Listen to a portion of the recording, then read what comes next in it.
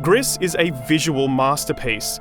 It's a living watercolour illustration that explores the complex themes of loss and grief through a visually arresting world and affecting orchestral score. But when compared to a game like Celeste, its basic level design and compounding minor frustrations make its exceptional qualities feel only skin deep.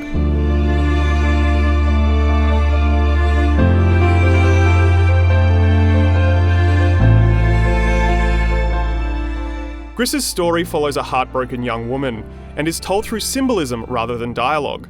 Like a painting in an art gallery or an art house film, Gris leaves itself open to interpretation. Its story may be obtuse, but its animation, world design, and visual effects are immediately impressive and absorbing. There's a focus on symmetry and simple, clean design. The protagonist is hand animated, and her transformations into different forms display a mastery of 2D animation. As you move through the different stages, blotches of watercolour spread across the screen, painting the grey world. The orchestral score complements these changes in mood, and the first time I guided the unnamed protagonist off a cliff, it took my breath away. The stage design was so enthralling, I'd often stop just to look at what was on screen. Levels initially appear complicated, but each follows the same basic layout. A linear road eventually leads to a number of branching paths, and within each is a key collectible. Nabbing these is usually a straightforward light platforming or environmental puzzle-solving challenge, and they unlock an ability or way forward.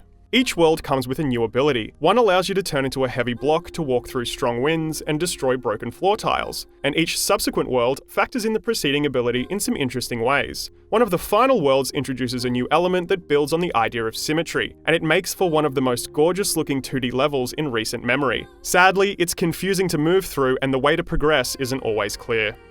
Gris is best played in one 4 to 5 hour sitting, but I found certain stretches to be a real chore. The light line work and subtle colouring of backgrounds and characters may be a visual feast, but several times I found myself stuck on a puzzle as I couldn't distinguish the white lines that denote a platform from the background. In other sections, it simply wasn't clear what was part of the foreground, middle ground, or background, and I found myself jumping over rocks that turned out to be in the foreground, or falling in front of a platform that was in the background.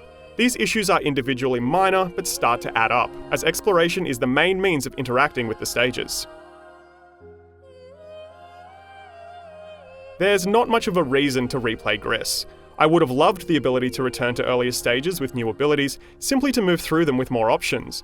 But after each level is finished, it's blocked off, and accessible only from the chapter menu screen.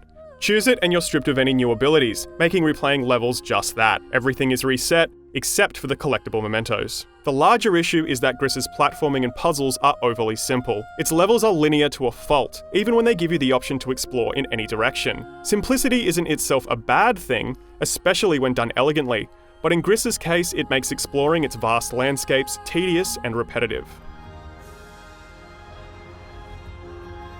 Gris is, at times, a meditative, affecting exploration of complex emotions that uses its levels as a canvas for some of the most beautiful visual design in any platformer, backed by a fantastic score. At others, it's a maddeningly simple yet confusing game that lets its artistic ambitions run roughshod over its gameplay. For more indie games, check out our reviews of Return of the Obra Dinn, Celeste, and Donut County. And for everything else, stick with IGN.